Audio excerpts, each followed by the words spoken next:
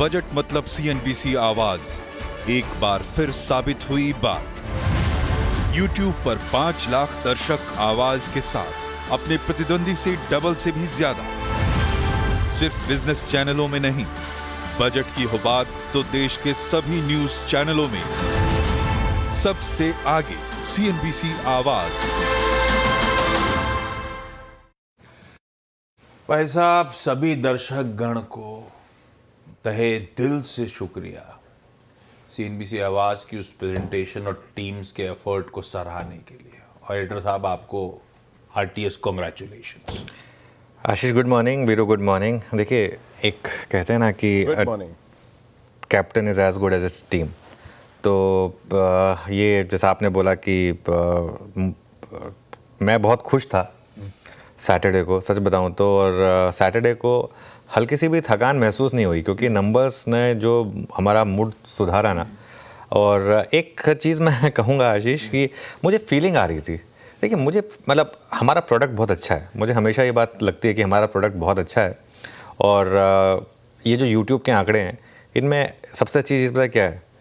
इनमें कोई हेरा फेरी नहीं हो सकती है। अब मैं उसमें जाना नहीं चाहता हूँ, लेकिन ये फैक्ट है। ये मतलब जो नंबर है वो सबको दिख रहा है। इसमें आप कुछ बोल नहीं सकते। वो जब बजट स्पीच लाइव चल रही है, कोई भी जाके देख सकता है कि एग्जैक्टली कितने लोग लाइव देख रहे हैं। इसमें कोई स्कोप नहीं है।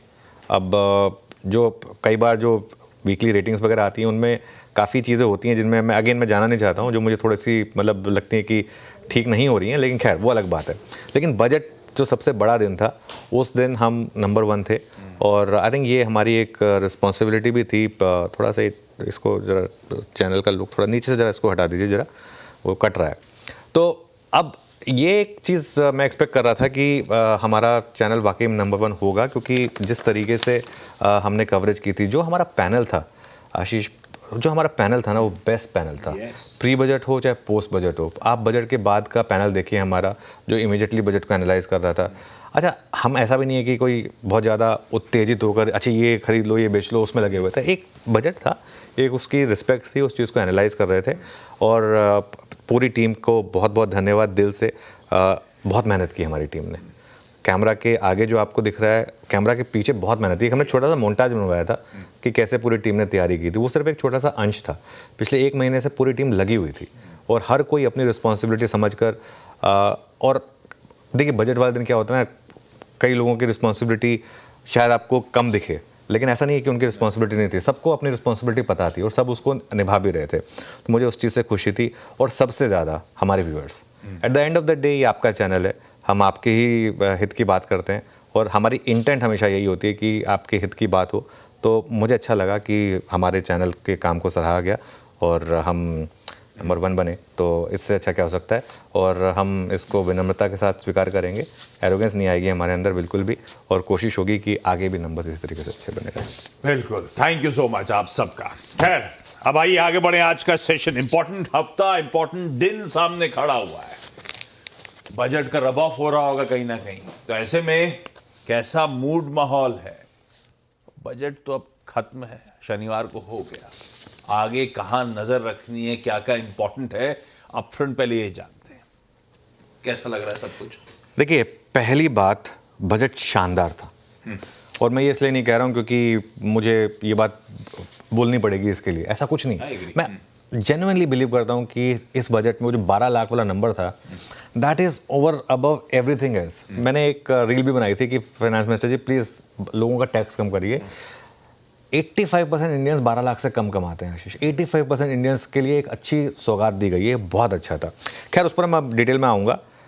एक चीज़, पहली बात, बजट पर आज एफआईएस का रिएक्शन देखने को मिलेगा, क्योंकि सैटरडे को जब बजट हुआ था तब एफआईएस का जो ग्रॉस वॉल्यूम था वो ना बराबर था। ये जो था ना, बिल्कुल ये नाम मिट गया, लगभग ना बराबर था बेसिकली। आप देखिए, शुक्रवार को 29,000 करोड़ के वॉल्यूम थे, और सैटरडे को करीब 3,300 करोड़ के वॉल्यूम थे। बजट के बाद जो व्यू बना है वो ये बना है कि कंजम्पशन से रिलेटेड स्टॉक्स को खरीदिए और कैपेक्स से रिलेटेड शेयर्स को बेचिए। पहली बात से तो मैं सहमत हूँ, कंजम्पशन से रिलेटेड स्टॉक्स को खरीदिए। कैपेक्स से रिलेटेड स्टॉक्स को बेचिए, उसमें समहाउ मैं सहमत नहीं हूँ, क्योंकि कैपेक्स का नंबर इतना भी बुरा नहीं था। और दूसरी बात, प्राइवेट कैपेक्स नाम की भी एक चीज़ होती है, और जो कैपेक्स से रिलेटेड स्टॉक्स हैं ना वो ऑलरेडी काफ़ी गिर चुके हैं। तो आप देखें तो वो उनमें काफ़ी हद तक ये शायद एक प्राइस इन था। लेकिन एक चीज़ इसमें ऐड कर दीजिए आप, हम सिर्फ बजट पर रिएक्ट नहीं कर रहे हैं, बजट एक मूविंग पीस है। आज सुबह सुबह सबसे ज़्यादा फैक्टर वो ट्रंप का फैक्टर है कि अब तक सबको लग रहा था कि ये गीदड़ भभकी है, कल उन्होंने लगा ही दिया, तो वो टैरिफ लग गया। उसकी वजह से देखिए आप FIIs, डॉलर इंडेक्स, नंबर्स, काफ़ी मूविंग पीसेस हैं। एक बात क्लियर है, ट्रंप सिर्फ धमकी नहीं दे रहे हैं, वो टैरिफ लगा रहे हैं। अब उनका टैरिफ लगाना ना सबसे ज़्यादा उन्हीं के लिए नेगेटिव होगा, यूएस के लिए सबसे ज़्यादा यूएस के लिए नेगेटिव होगा। मैं जितने भी रिपोर्ट्स पढ़ रहा था, यूएस की खुद की GDP गिर जाएगी। तो ये हो सकता है एक्चुअली हमारे लिए लॉन्ग रन में पॉजिटिव हो। एक्चुअली मैं ना अपनी मार्केट पर बहुत पॉजिटिव हूँ। मैं एक पोस्ट बजट इवेंट में गया था जहाँ पर सब बड़े बड़े दिग्गज होते हैं। पहली बार मैंने इतनी बेरिशनेस देखी है। तो मैं उस चीज़ को लेकर सोच रहा हूँ कि जब मार्केट में इतनी बेरिशनेस होती है, FIs एकदम सब शॉर्ट हैं, मार्केट नीचे आ चुका है, एक सबकी राय इस समय ना मंदी की है, सबकी एक तरफा राय, एक तरफा ना कंसेंसस बेरिश व्यू बना हुआ है मार्केट में। और 23,000 पर निफ्टी का FY26 का PE प्राइस टू अर्निंग्स 20 से भी कम है, 19 पॉइंट समथिंग पर। अब हम 1200 रुपये का EPS अज्यूम कर रहे हैं और कई बार डाउनग्रेड्स आते हैं, लेकिन अगले साल हो सकता है कि डाउनग्रेड्स ना आए। तो 1200 रुपये के अगर EPS पे 23,000 पे निफ्टी 20 से भी कम है, तो कहीं भी लार्ज कैप में कोई बबल फॉर्मेशन नहीं है, कुछ नहीं है।